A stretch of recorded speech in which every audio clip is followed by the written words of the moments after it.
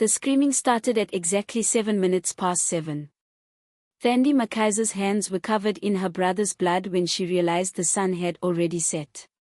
She'd been so focused on bandaging Luthando's soccer injury, a deep gash from sliding on broken glass, that she hadn't noticed the orange sky turning purple, then black.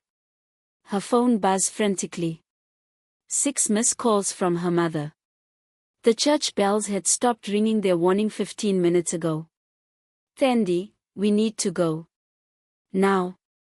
Luthando's voice cracked as he gripped her arm, his 14-year-old face suddenly looking much younger in the dim light of the community center's storage room where they'd ducked in to treat his wound. I know. She tied off the bandage with shaking fingers. We are only 2 blocks from home. We can make it. That's when the screaming started. A woman's voice, high and terrible, cutting through the evening air like a knife. Then nothing. Just silence so complete that Thandi could hear her own heartbeat thundering in her ears. Luthando's eyes went wide. That sounded like Mrs. Gummid from the sponsor shop. Thandi pressed her finger to her lips and moved to the small window. The street outside was empty, bathed in the sickly yellow glow of the few working streetlights. Every house had their curtains drawn tight. Every door was locked. The village of Awakens had become a ghost town, just like it had every night for the past 3 months. Something moved in the shadows across the street. Not walked. Moved. Like oil spreading across water, dark and fluid and wrong. Don't look outside, Thandi whispered, pulling her brother away from the window. Don't make a sound. But Luthando had already seen it. What is that thing? Before we go any further, if you're new here and you love African folktales and mysteries, hit that subscribe button and turn on notifications. You won't want to miss what happens next. Trust me. 3 months earlier, life in Awakens had been normal. The village, nestled in the rolling hills of the Eastern Cape, was the kind of place where everyone knew everyone. Where gogos sat outside their homes selling fatkoek and sweets to school children. Where the taxi rank buzzed with activity until late evening. Where young people gathered at Saiful Shabin on Friday nights, music spilling into the streets, laughter echoing off the tin roofs. Thandi had been home from the University of Cape Town for only 2 days when everything changed. She'd been sitting on the veranda with her father, Bongani, a schoolteacher who'd spent the evening complaining about the poor cellular signal in the village, when her mother Nosifo came running out of the house, phone pressed to her ear, face ashen. Saifo is missing, she said. His taxi was found on the old missionary road. Engine running. Door open. No sign of him. Bongani had stood up immediately. When? About an hour ago. The police are there now. His wife is hysterical. The men of the village formed a search party that night. Thandi's father was among them, returning just before dawn with mud on his boots and exhaustion in his eyes. They'd found nothing. No footprints. No blood. No signs of struggle. Just Saifo's taxi sitting in the middle of the road at exactly the spot where the old St. Michael's church used to stand before it was demolished. 1 week later, it happened again. Mrs. Namvile Gamid, the 70-year-old woman who ran the village sponsor shop, disappeared while closing up at 7:15 p.m. Her sandals were found in the middle of the road, perfectly placed, as if she'd simply stepped out of them and vanished into thin air. Then came 3 more disappearances in rapid succession. A teenage boy walking home from football practice. A young mother who'd stayed late at her sister's house. A farm worker returning from the fields. All vanished after 7 p.m. All along the old missionary road. The village was gripped by terror. Rumors spread like wildfire. Some said it was criminals from Johannesburg, harvesting body parts for muti. Others whispered about wild animals driven down from the mountains by drought. The older generation spoke in hushed tones about things that should remain buried, about disturbed graves and broken seals. Chief weLanga Buthelezi, a man whose family had led the village for 6 generations, called an urgent imbizo. Every adult in econs gathered in the community hall, the air thick with fear and speculation. Thandi sat in the back, her journalism student instincts making her take notes on her phone. She watched as the chief, dressed in traditional attire, his face grave, took his place at the front of the hall. Beside him stood Makosi Zanil Kumalo, the village's most respected sangoma, her beaded headpiece catching the fluorescent light. "My people," Chief Buthelezi began, his voice carrying the weight of authority and something else, fear. "We face something that our ancestors knew, something we hoped would never return. Makosi Zanil has consulted with the spirits. She has thrown the bones. And the ancestors have spoken." The sangoma stepped forward. She was a woman in her late 50s, but her eyes held the depth of someone who'd seen far more than one lifetime could contain. When she spoke, everyone leaned forward. "There is an old evil that walks our land," Makosi Zanil said. The bones revealed uMnyama weLanga, the sunset shadow. "It was bound long ago, but the seal has been broken. It hunts when the sun sets, feeding on the life force of those who walk in darkness. Until we can find a way to bind it again, no one must be outside after 7 p.m. This is not a request. This is survival." Councillor Manla Sithole, the village's representative to the local municipality, a man who wore suits and talked about development and modernization, stood up. "With all due respect, Chief, this is 2026. We should be calling in more police, installing streetlights, setting up neighborhood watches. Not imposing curfews based on," he hesitated, "traditional beliefs." An angry murmur ran through the crowd. Some of the younger people nodded in agreement with the councillor. The older generation looked scandalized. Thandi's father surprised everyone by standing. "Councillor Sithole, I teach science at the secondary school. I believe in evidence and reason. But I also know that 5 people have vanished without a trace in 3 weeks. Whatever is taking them doesn't leave evidence. It doesn't follow patterns we understand. Until we know what we're dealing with, shouldn't we err on the side of caution?" The debate raged for 2 hours. But in the end, fear won over skepticism. Chief Buthelezi declared a strict 7 p.m. curfew. Anyone found outside after that time would face banishment from the village. Thandi had sat through the entire meeting with her arms crossed, fighting the urge to roll her eyes. This was exactly the kind of superstitious nonsense that held rural communities back. She'd expected better from her father.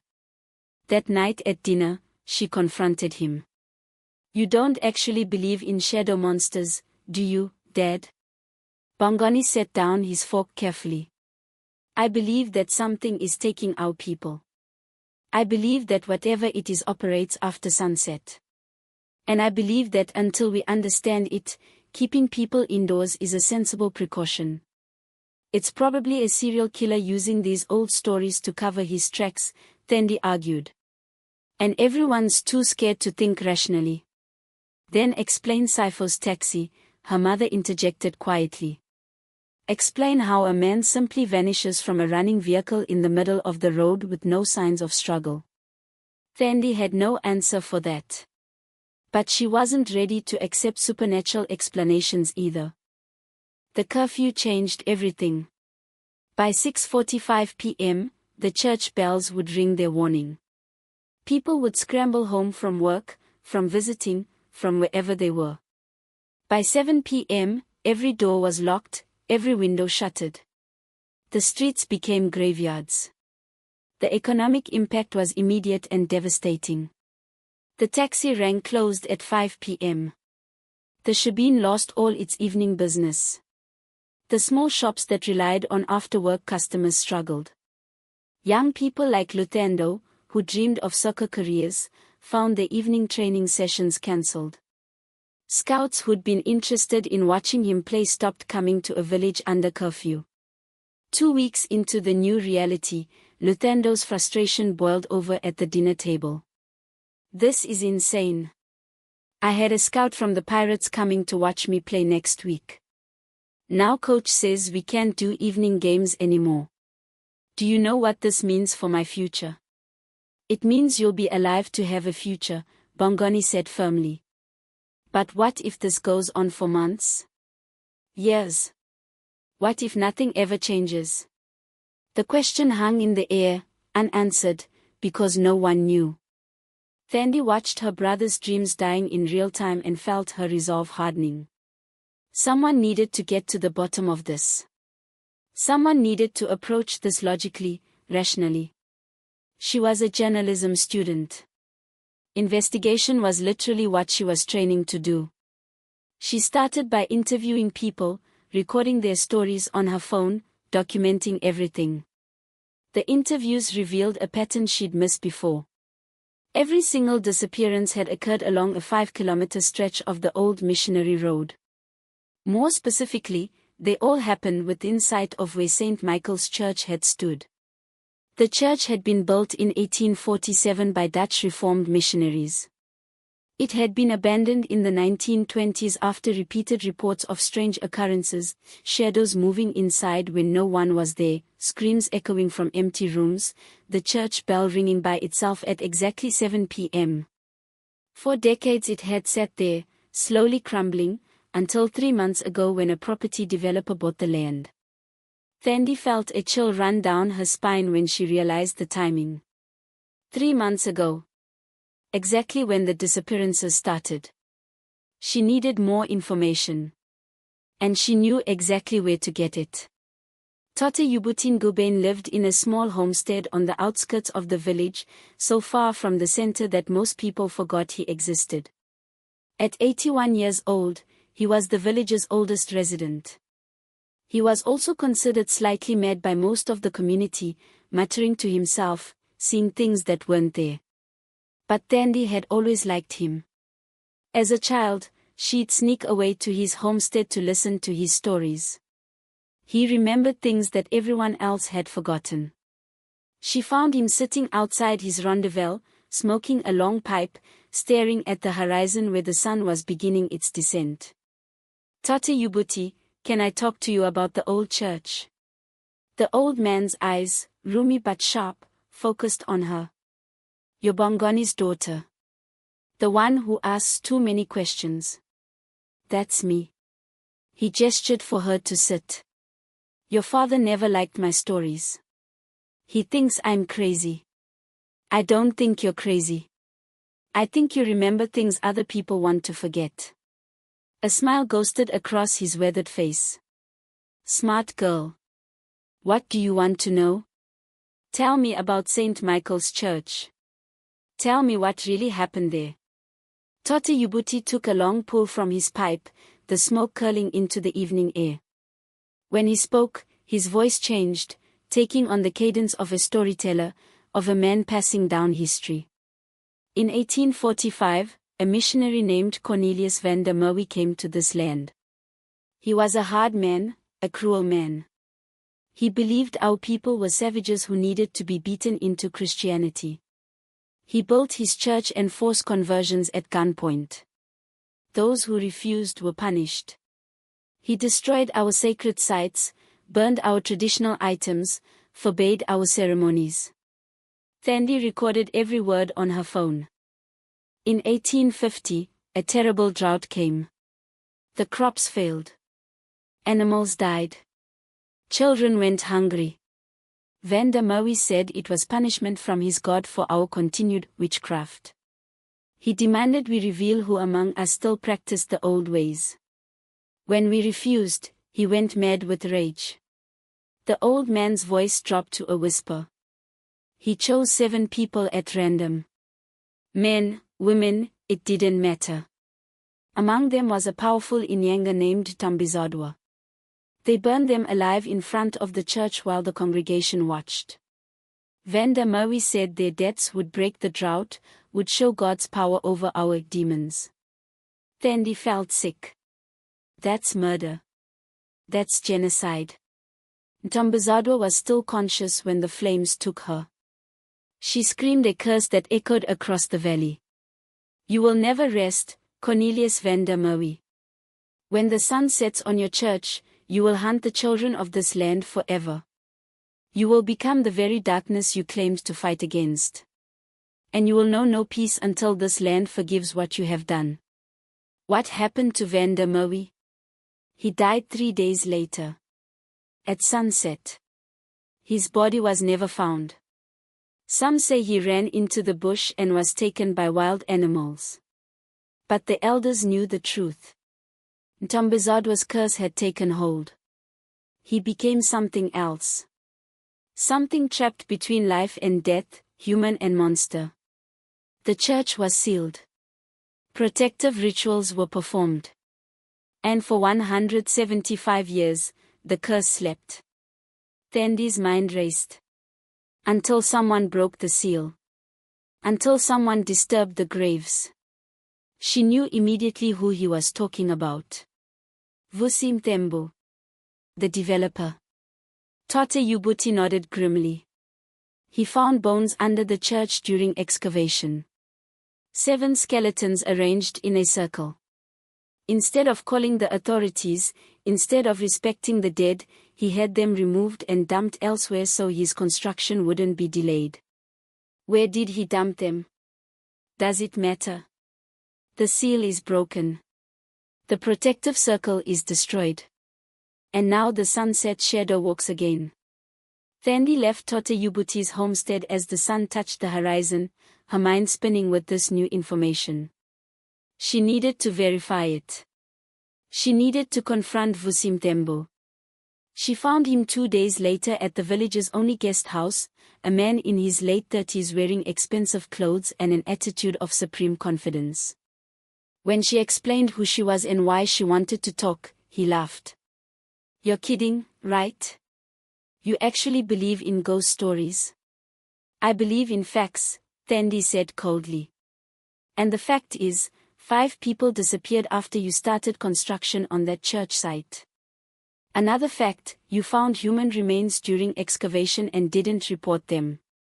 His smile faltered. How did you? Where did you move the bones, Mr. Mthembu? Look, this is Africa. You can't dig anywhere without finding old graves.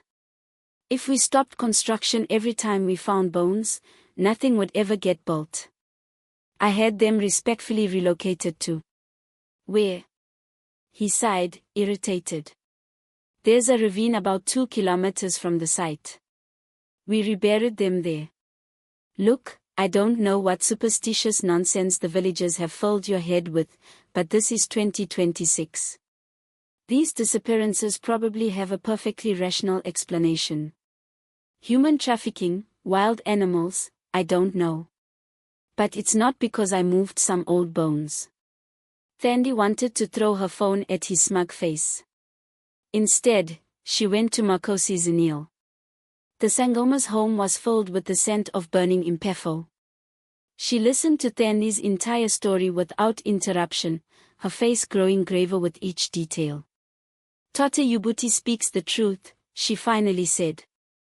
And yes, uMnyama's actions broke the seal. The 7 who died must rest in their original place, in the protective circle that was created for them. By scattering their bones, he freed what was bound. So how do we fix it? Thandi asked. How do we stop this thing? I have been consulting with the ancestors every day since this began, Makosi Zanil said. The answer is not simple. uMnyama weLanga is not a ghost that can be exorcised. It is not a demon that can be banished. It is a curse made flesh, fueled by rage and pain and injustice that has festered for nearly 2 centuries. There has to be a way. There is. But it will require courage. It will require facing the shadow directly. And it will require something that is very hard to give. What? Forgiveness. Thandi stared at her. You want me to forgive the thing that's been taking people? The thing that might have taken 5 innocent lives? Not you specifically. But someone must. You see, Dumbledores curse was born from rage, righteous rage, yes, but rage nonetheless. Van der Merwe died in fear and hatred. For 175 years, these two emotions have fed each other, growing stronger, more twisted. The only way to break the cycle is to offer what neither of them could give, forgiveness. That's insane. Is it? Or is continuing this cycle of violence and fear insane? The curse feeds on hatred, on terror. It grows stronger with every person who disappears, with every heart filled with vengeance. Only by offering grace can we starve it. Thandi left feeling more confused than ever. Forgiveness seemed like a weak response to what was happening. She wanted justice. She wanted answers. She wanted her village back. She didn't know that she was about to get a crash course in just how personal this could become. It happened on a Saturday. Luthando had been practicing his dribbling skills at the community center's small field, so focused on his footwork that he lost track of time. Thandi had gone to bring him home, but when she arrived, she found him sitting on the ground, blood streaming down his shin from a deep gash. Broken glass, he explained through gritted teeth. I didn't see it. They ducked into the community center's storage room to clean and bandage the wound. Thandi was so focused on making sure it wasn't serious, on stopping the bleeding, that she didn't notice the light fading outside. Not until it was too late. Now here they were, trapped in a storage room at 7:07 p.m., with something hunting in the darkness outside. Thandi's phone buzzed again. Her mother. She answered in a whisper. Mama. Oh, thank God. Thandi, where are you? Are you inside? Tell me you're inside. We're at the community center. In the storage room. Mama, we heard screaming. Don't go outside. Whatever you do, stay where you are. Lock the door. Your father is calling the chief. We'll figure something out. Just stay inside. The call ended. Thandi and Luthando sat in the darkness, not daring to turn on the lights, barely breathing. Then they heard it. Footsteps. But not normal footsteps. These sounded like they were coming from everywhere and nowhere at once. And with each step, the temperature in the room dropped. Luthando gripped Thandi's hand so hard it hurt. I'm scared, he whispered. Me too, she admitted. The footsteps stopped right outside their door. For a long moment, there was nothing but silence. Then the door handle began to turn. Thandi had locked it. She knew she had locked it. But the handle was turning anyway, slowly, deliberately. Thandi, a voice said from outside. But it wasn't one voice. It was many voices speaking in unison, some deep, some high, some that sounded like whine through a graveyard. Come out, Thandi. Come see what you've been searching for. Don't answer it, Luthando breathed. I won't. Your brother is bleeding. He needs medical attention.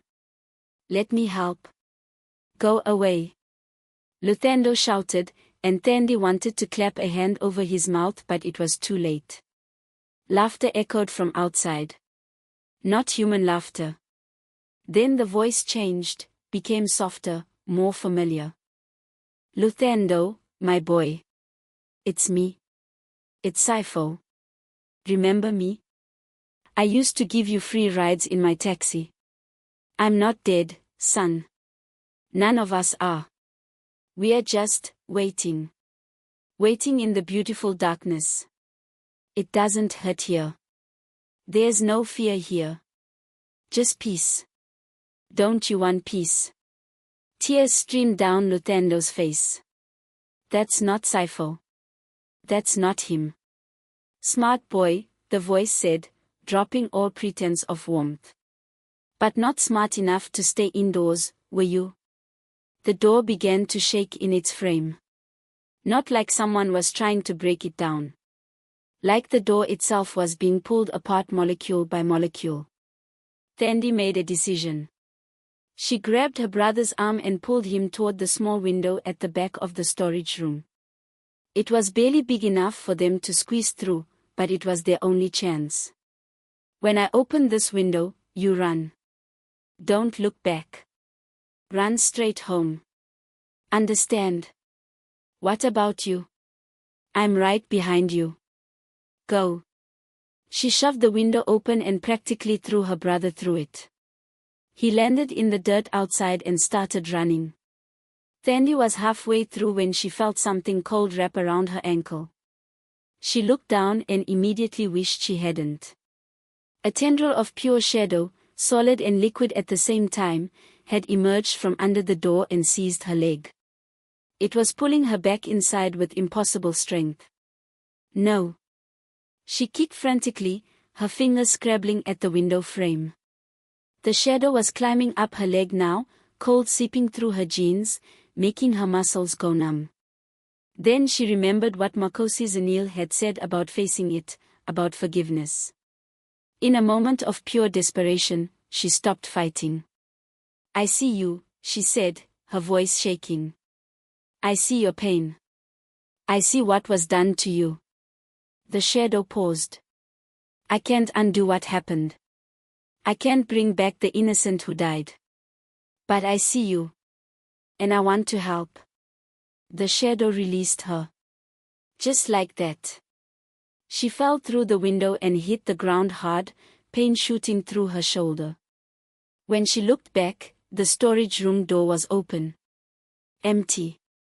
Nothing there but darkness. uMnyama helped her up and they ran. They ran like they'd never run before, their feet pounding the dirt streets, their breath coming in ragged gasps. Behind them, they could feel rather than see the shadow following, not chasing exactly, but keeping pace. Watching. They burst through their front door and Nosifo screamed with relief, crushing them both in a hug. Bongani slammed the door shut and locked it, then checked every window, every other door. The family huddled in the living room, no lights on, curtains drawn. Outside, they could hear things moving in the darkness. Doors rattling. Windows being tested.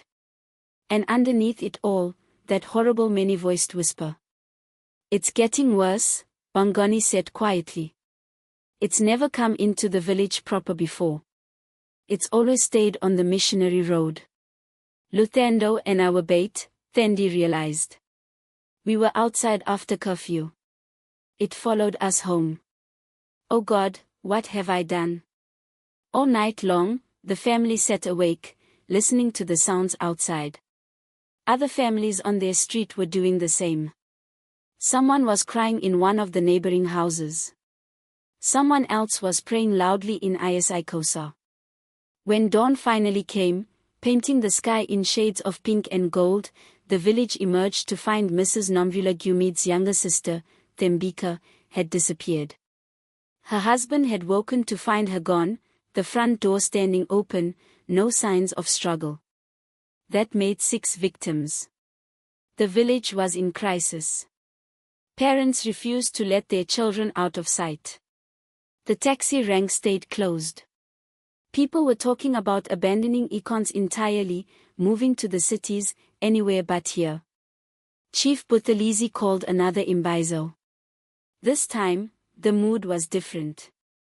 Desperation had replaced fear. People were shouting, arguing, pointing fingers. We need to call in the military, someone yelled. We need to burn the church site to the ground, another voice shouted. We need to leave this cursed place. The chief tried to restore order, but the meeting was dissolving into chaos. That's when Thandi stood up. I know how to stop it. The room fell silent. Everyone turned to look at her, this university girl who thought she was too smart for their traditions. I spoke with Tota Ubuti. I spoke with Makhosi Zinile. I've researched the history. And last night, I encountered the shadow directly. She showed them the bruises on her ankle where it had grabbed her. I know what it is. I know why it's here. And I think I know how to stop it. Then speak, child, Chief Buthelezi said. Thandi took a deep breath. We need to return the bones to their original resting place. We need to perform the proper rituals. And we need to face the shadow and offer it what it's been denied for 175 years. Which is? Counselor Sitho asked skeptically. Forgiveness. An uproar. People shouting that she was crazy, that she'd lead them to their deaths, that she understood nothing. But Makosi Zanil stood. The girl speaks truth. The ancestors have shown me the same path. But it will be dangerous. Those who go may not return. I'll go, Thandi said immediately. No, her father stood. Absolutely not. You're my daughter. I won't let you. Dad, I'm going. With or without permission. This thing followed me and Luthando home last night. It knows me now. I have to see this through. Bongani looked at his daughter, seeing perhaps for the first time the woman she'd become. Finally, he nodded. Then I'm coming with you. So am I, a voice said from the back. Jobud Lamini, Thandi's childhood friend and the village's volunteer firefighter, stood up. If we're doing this, we do it properly. I'll bring supplies. Others volunteered. Rithabile Molef, a young artist who'd been documenting the village's suffering. Counselor Sitho, perhaps trying to prove his courage. Even Vusi Mthembu, shamed into finally taking responsibility for his actions. In the end, there were 7. The same number that had been burned.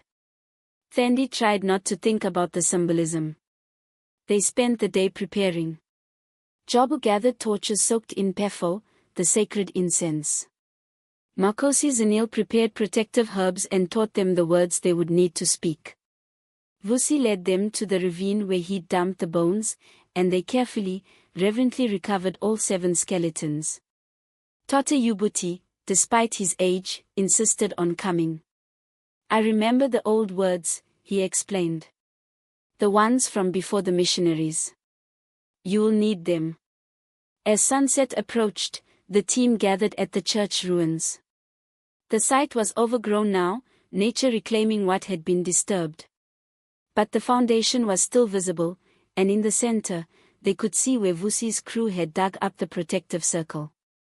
We have maybe an hour of light left, Bongani said, checking his watch.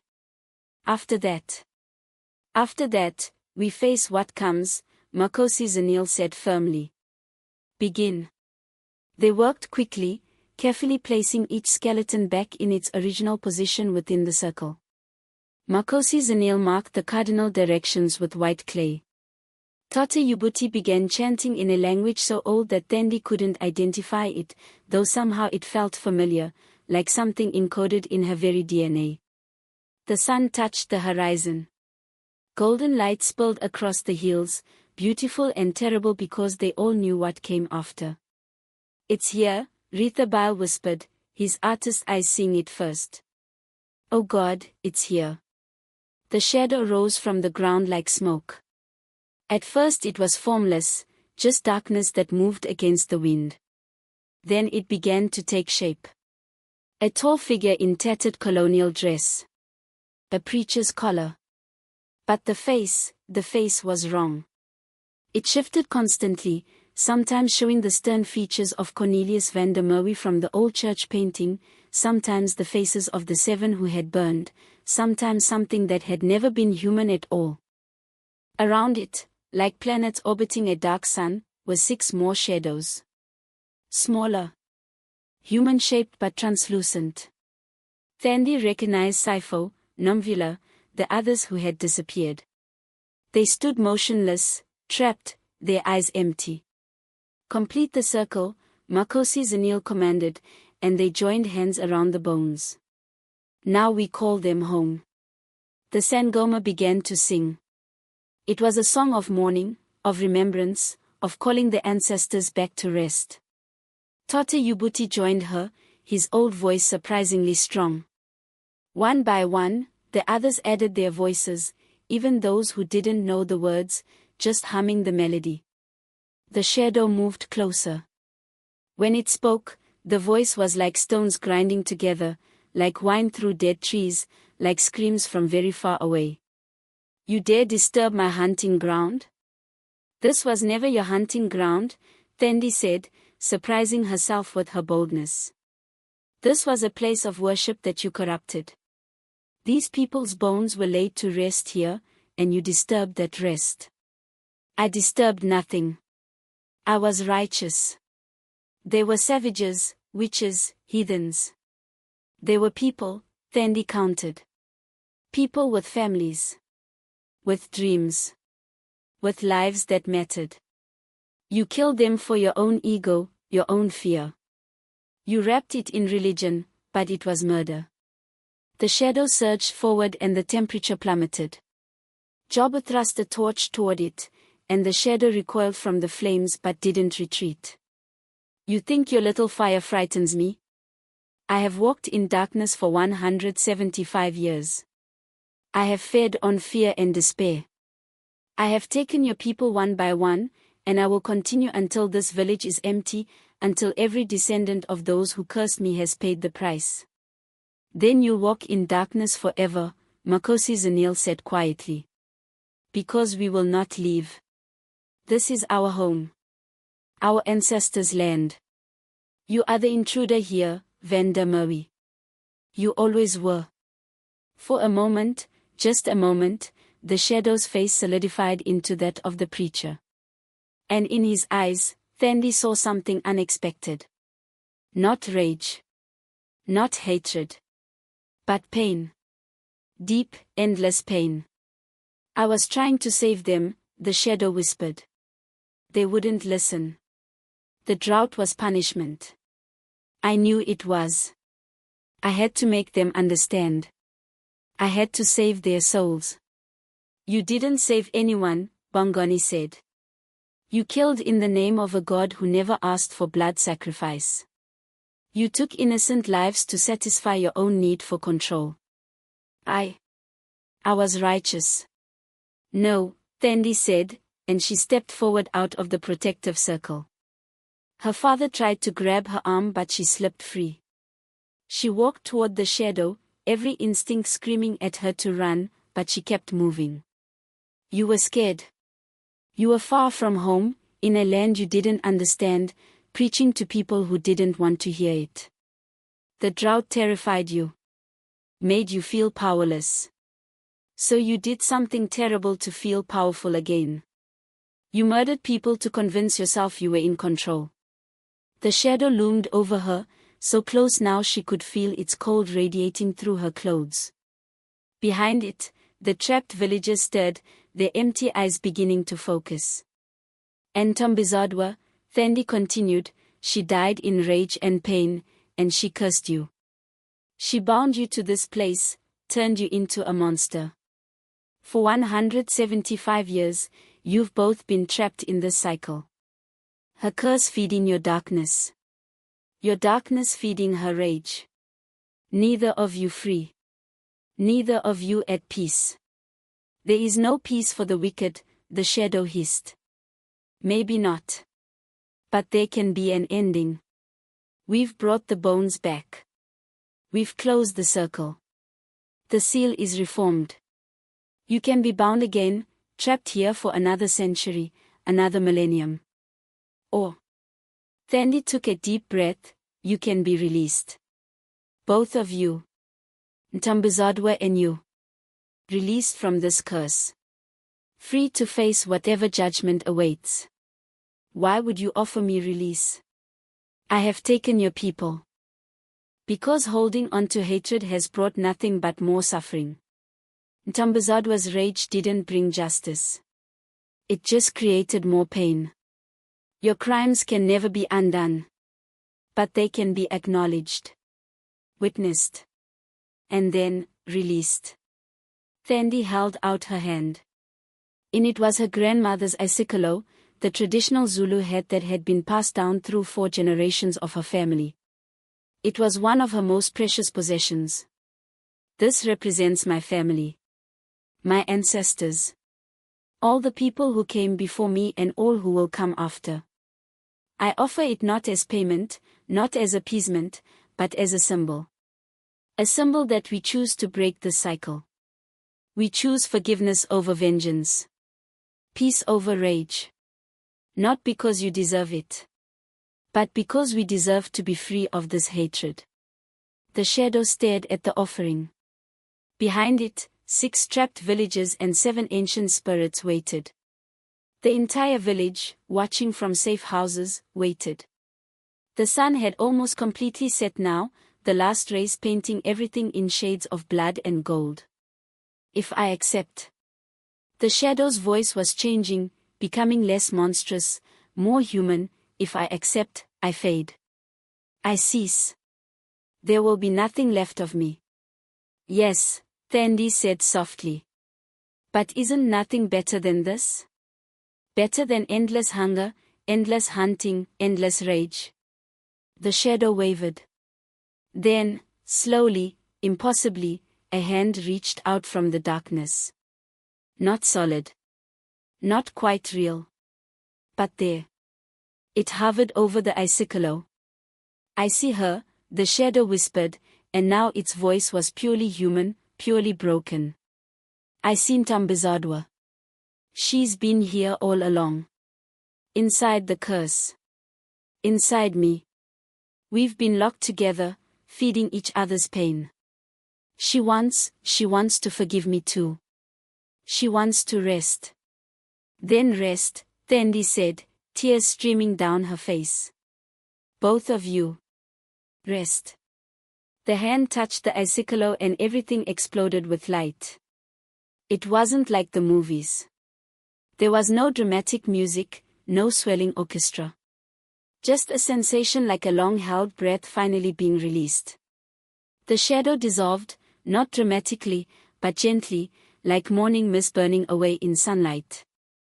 And as it faded, Thandi could see 2 figures standing where it had been.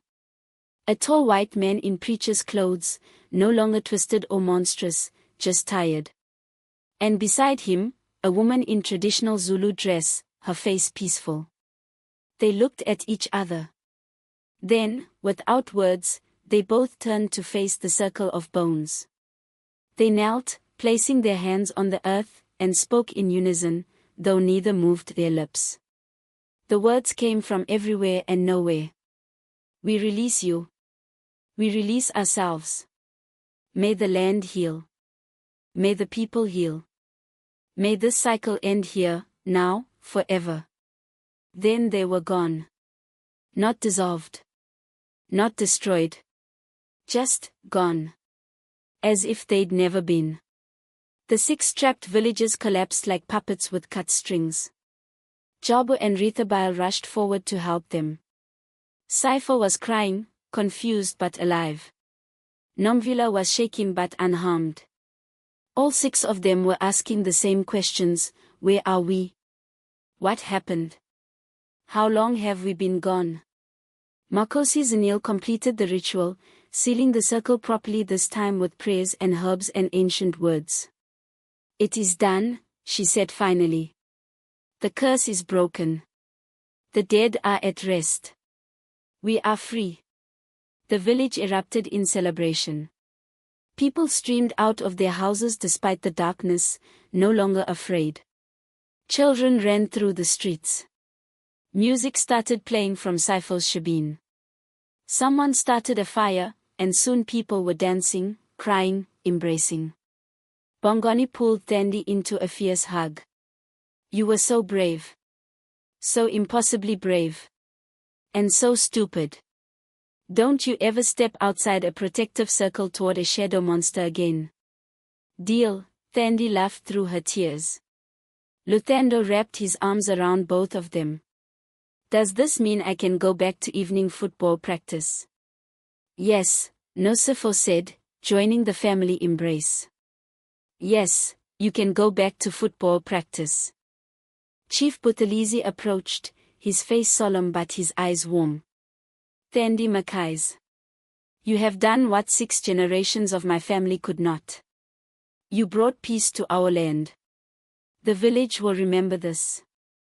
Councillor Sitho, looking humbled, extended his hand. I was wrong. About a lot of things. Thank you for showing me that there is wisdom in tradition, but also wisdom in choosing peace over perpetuating pain. Vusi Mthembu, tears streaking his face, approached last. I'm sorry. I'm so sorry.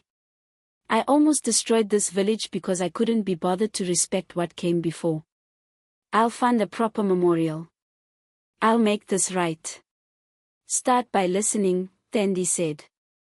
Really listening. To the elders. To the stories. To the land itself. The celebration continued late into the night. For the first time in 3 months, Ikons was alive after dark. The streets that had been graveyards became gathering places again. Old friends reunited. Young people laughed and played. The village was healing. A week later, Thandi stood on the veranda, packing her bags to return to Cape Town. Her father sat beside her, watching the sunset without fear for the first time in months. You're different, he observed. How so? More grounded. Less certain that you have all the answers. Thandi smiled. I learned something important. That science and tradition don't have to be enemies. That sometimes the old stories contain truths that can't be measured or proven, but are real nonetheless. And that the most powerful force in the world isn't knowledge or technology or even magic. It's the choice to forgive. To break cycles of pain. To choose peace. Your grandmother would be proud. You gave up her isikalo. She would have given it herself if she'd been here. Some things are worth more than heirlooms. Luthando came running up, football under his arm. Thandi. Coach says scouts are coming next week. Real ones from Kaiser Chiefs. Can you believe it? I believe it. You're brilliant, little brother. Show them what you've got. He hugged her tightly. Thank you. For saving me. For saving all of us. We saved each other, she corrected. That's what family does. As the sun set over the hills of Ikons, painting the sky in shades of orange and purple and gold, Thandi felt a profound sense of peace. The missionary road was just a road again. The church site would become a memorial to both the victims of Van der Merwe's cruelty and to the power of forgiveness. The village would move forward, carrying its history but not imprisoned by it. Makosi Zanil had told her something the day after the curse was broken. The ancestors are pleased. They show me that you will tell this story, Thandi. You will write it down. You will make sure it's remembered. Not just the horror of what happened, but the hope of what came after. The world needs to know that we can break cycles of violence. That we can choose peace. And Thandi knew she would. This was the story she'd been meant to find. Not just for a journalism assignment. But for history. For memory. For the future. Before you go, I need you to do something for me. If this story moved you, if it made you think about forgiveness and breaking cycles of pain, hit that subscribe button. Drop a comment telling me about the folktales from your own culture. And smash that like button because stories like this need to be told, need to be shared, need to be remembered. The memorial was built over the next 3 months. A beautiful circle of stones marking where the 7 had been buried, with their names engraved in both English and isiXhosa. In the center, a flame that burned eternally, tended by volunteers from the village. And around the circle, 7 benches where people could sit, reflect, and remember. On the day of the dedication, the entire village gathered. Chief Buthelezi spoke about the importance of remembering history, all of it, even the painful parts. Makosi Zanil performed a ceremony to honor the dead and celebrate the living. Tata Yubuti, who seemed to have grown younger in the months since the curse broke, told the old stories to the children, teaching them about their ancestors. Thandi was asked to speak. She stood before the memorial, looking at the faces of her village, her people, her home. What happened here 175 years ago was evil, she began. 7 innocent people were murdered by a man who believed his religion justified violence. Their deaths created a curse born of rage and pain. That curse took 6 more people in our own time, caused suffering and fear, nearly destroyed our community. She paused, letting the weight of those words settle. But we broke that curse. Not with violence. Not with revenge. But with acknowledgement, with witness, and ultimately, with forgiveness. We chose to end the cycle rather than perpetuate it. And in doing so, we freed not just ourselves, but the spirits who had been trapped for nearly 2 centuries. This memorial stands as a reminder. A reminder of what hatred can do. But also a reminder of what forgiveness can do. We are not defined by the worst things that have happened to us. We are defined by how we choose to move forward. So I ask you all to remember the 7. Remember Venda Mawi. Remember Ntambizadwa. Remember Saifo, Nomvula, Thembika, and the others who were taken. Remember the curfew. Remember the fear. But most importantly, remember that we chose peace. And in that choice, we found our freedom. The crowd erupted in applause and ululation. People embraced, wept, celebrated. The village had been through darkness and emerged into light. Life returned to normal over the following months. The taxi rank buzzed with activity until late evening. Saifo was back driving his routes, though he never remembered his time in the shadow. The shebeen thrived. Children played until the stars came out. Young lovers walked the missionary road without fear. Luthando got his contract with Kaiser Chiefs. At his signing, reporters asked him about coming from Econs, the village that had made national news because of the mysterious disappearances and the equally mysterious resolution. "My sister saved us," he told them simply. "She taught us that courage isn't about not being afraid. It's about facing fear and choosing love anyway." Thandi's article about the events was published in a major newspaper. It went viral, sparking conversations about colonial trauma, generational healing, and the power of forgiveness. She was invited to speak at universities, at cultural centers, at gatherings of traditional healers and modern academics alike. But her favorite speaking engagement was always at Econ's primary school, her father's school, where she would tell the story to wide-eyed children who'd grown up free from the curfew but needed to understand what had been sacrificed for that freedom. "The most important lesson," she would always conclude, "is that you have a choice. When someone hurts you, you can hurt them back, and the cycle continues forever. Or you can choose to break the cycle. It's not easy. It's not fair. But it's the only way to truly be free." 6 months after the curse was broken, Thandi received a letter. It was from a researcher in the Netherlands who'd heard about the events in Econs. He'd been studying the records of Dutch Reformed missionaries in South Africa and had found Cornelius van der Merwe's personal journals. The journals painted a picture of a deeply troubled man. Van der Merwe had left Holland after his wife and children died of cholera. He'd come to Africa believing God had spared him for a purpose. But the longer he stayed, the more he doubted. Doubted his faith. Doubted his purpose. Doubted his righteousness. The drought had been the final straw. In his journal, dated 2 days before the murders, he'd written, "I am lost. The people do not listen. The land does not yield. Perhaps I am the one who has been deaf. Perhaps the savages were never the problem.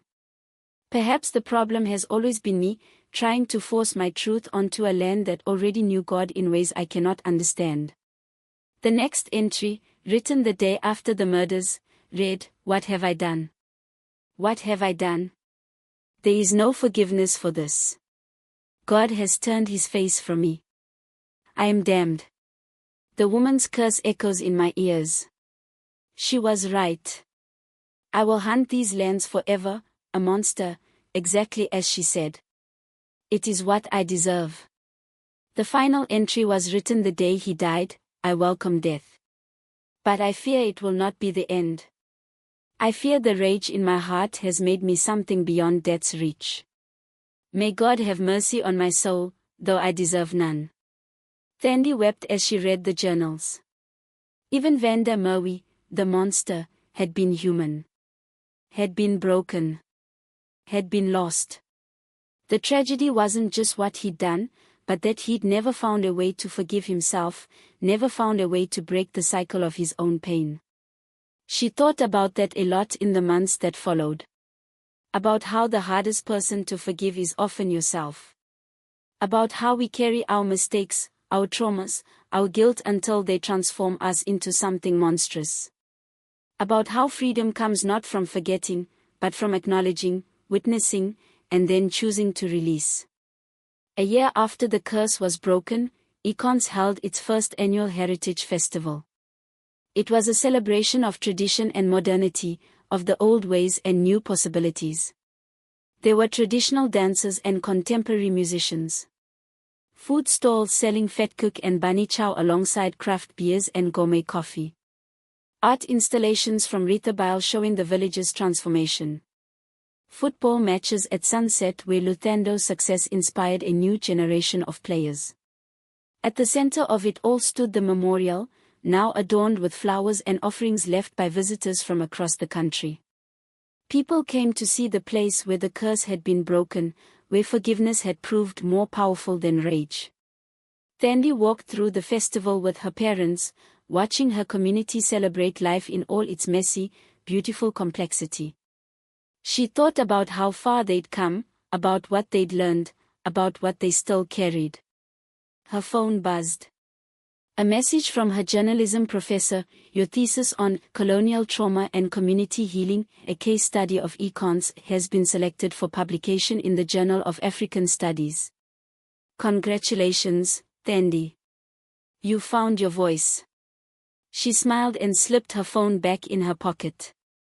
Her voice had always been there. She just needed to learn when to speak and when to listen. As night fell and the festival continued, unafraid of darkness, Thandi found herself standing at the memorial. Makosi Zanil joined her, the old Sangoma moving with surprising grace despite her years. "The ancestors are at peace," Makosi Zanil said softly. "All of them. Even the troubled ones. Even the ones who thought peace was impossible." "Do you think we did the right thing?" Thandi asked. "Choosing forgiveness over justice. Forgiveness is a form of justice. Perhaps the truest form. It says, I will not let what you did define who I become. I will not carry your darkness forward. I will transform it into light." They stood together in companionable silence, watching the village celebrate. Children ran past, laughing. Music drifted from the shebeen. Lovers walked hand in hand down the missionary road. Life, in all its precious, fragile glory, continued. "There's something else," Makosi Zanil said. "Something I haven't told anyone. The ancestors showed me that this story will spread. Not just across South Africa, but across the world. In a time when people are angry, divided, trapped in cycles of violence and revenge, your story will remind them that there's another way." That sounds like a lot of pressure. It's not pressure. It's purpose. You were meant to be here, Thandi. In this time. In this place. For this moment. The curse chose you as much as you chose to face it. I was just trying to save my brother. And in saving him, you saved us all. That's how it always works. We think we're acting for small reasons: love, family, fear, and we end up changing the world. Thandi thought about that as she watched her father dancing with her mother, as she saw Luthando teaching younger kids his football moves, as she observed the way her village had transformed from a place of fear into a place of hope. Maybe Makosi Zanil was right. Maybe the story would spread. Maybe it would matter. Or maybe it wouldn't. Maybe this was just a story that happened in a small village in the Eastern Cape, witnessed by a few hundred people, remembered for a generation or two, then fading into legend. Either way, it had happened. They had faced darkness and chosen light. They had broken a curse that had lasted 175 years. They had proved that forgiveness, no matter how difficult, was possible. And that had to be enough. The festival continued late into the night. At some point, Tote Ubuti stood on a makeshift stage and began to tell stories. The old stories. The ones about Anansi the spider and the tales of the first people. The ones about heroes and tricksters and ancestors who shaped the world. Children gathered at his feet, their faces rapt with attention. Adults paused in their conversations to listen. And in the listening, in the telling, in the remembering, the community wove itself back together, stronger than before. When Tote Ubuti finished, he looked directly at Thandi and smiled.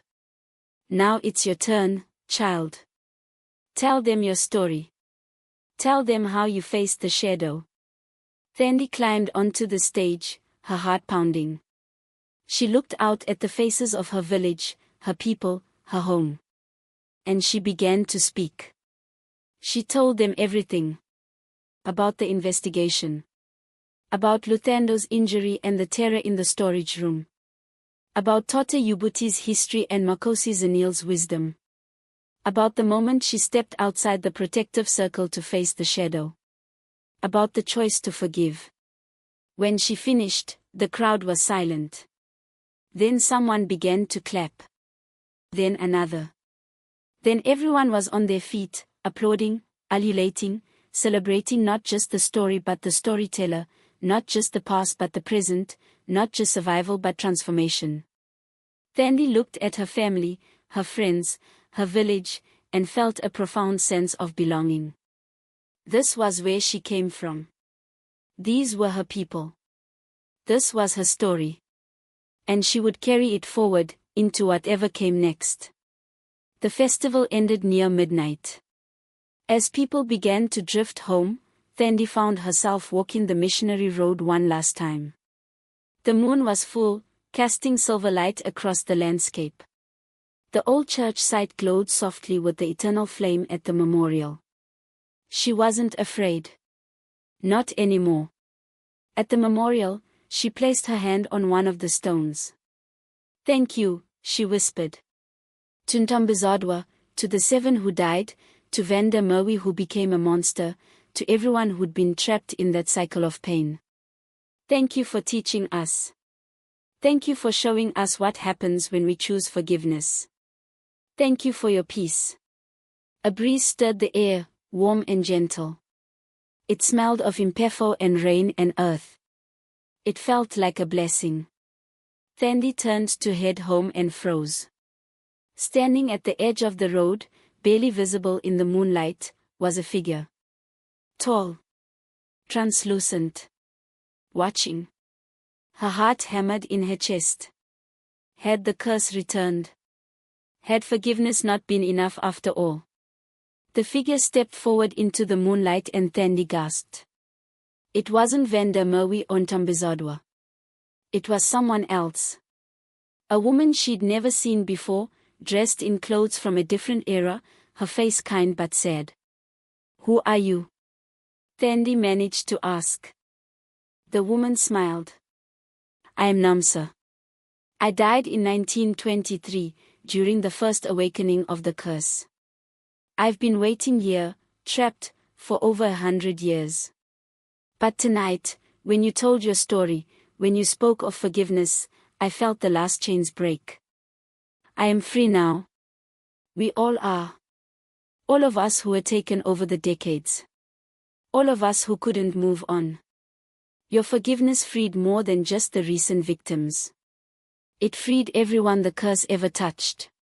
Thandi's eyes filled with tears. I didn't know. I didn't realize. You couldn't have known. But it's done now. We are released. I came to say thank you. And to tell you. The woman's voice grew faint, to tell you that what you did here will echo forward.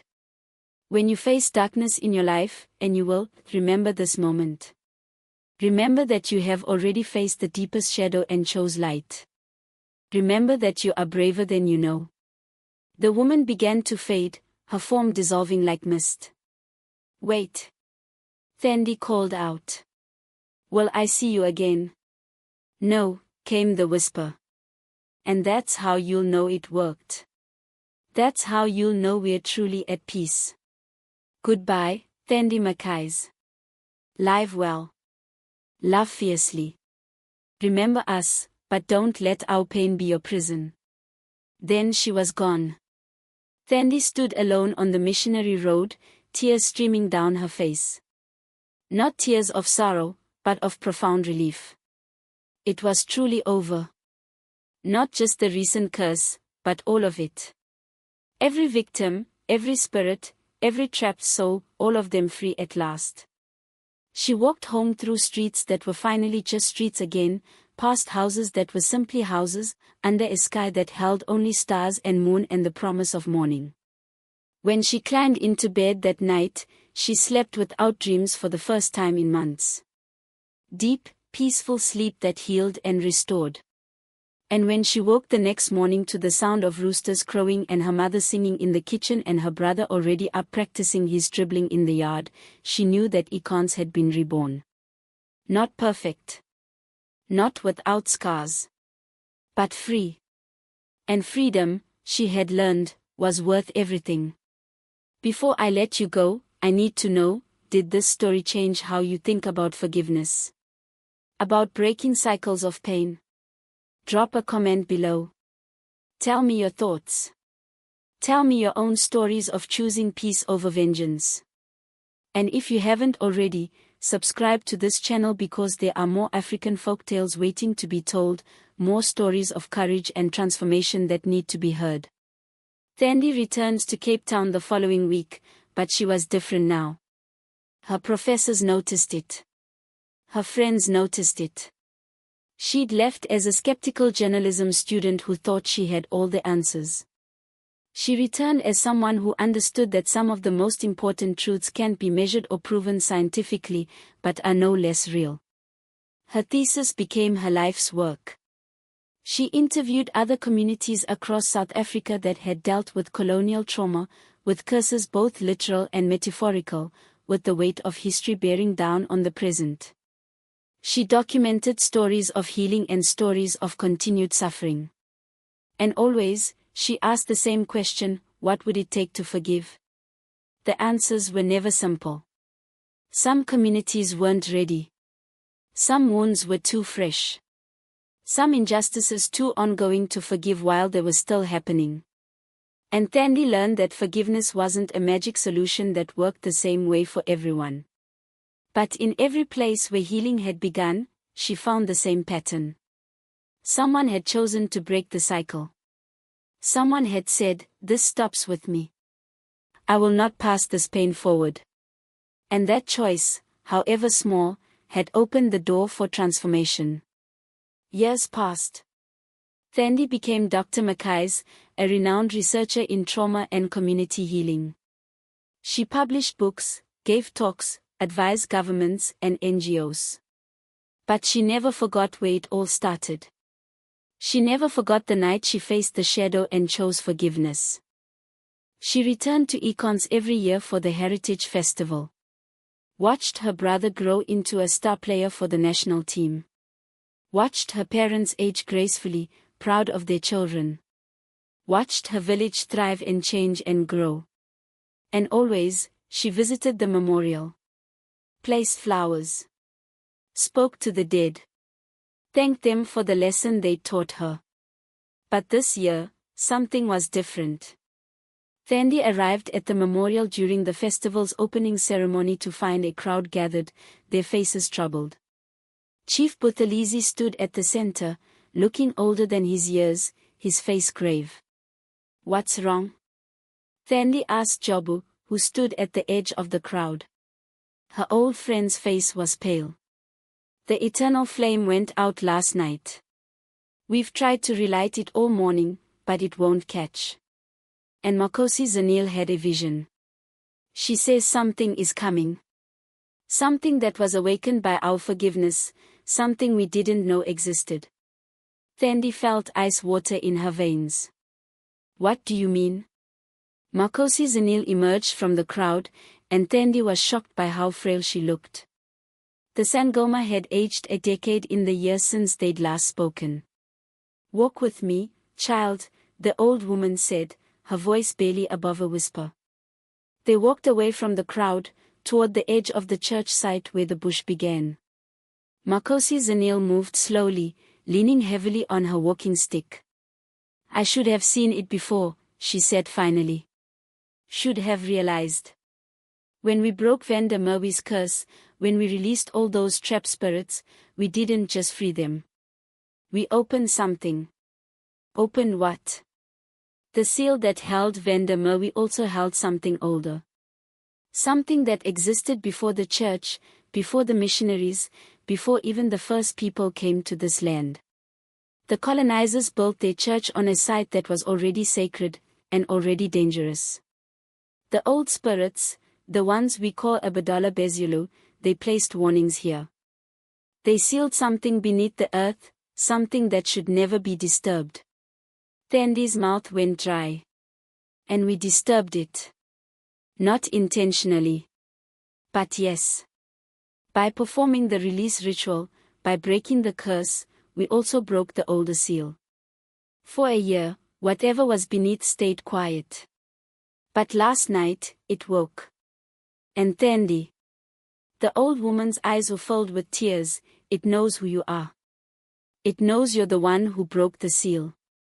And it's coming for you." The ground beneath their feet trembled. Just slightly.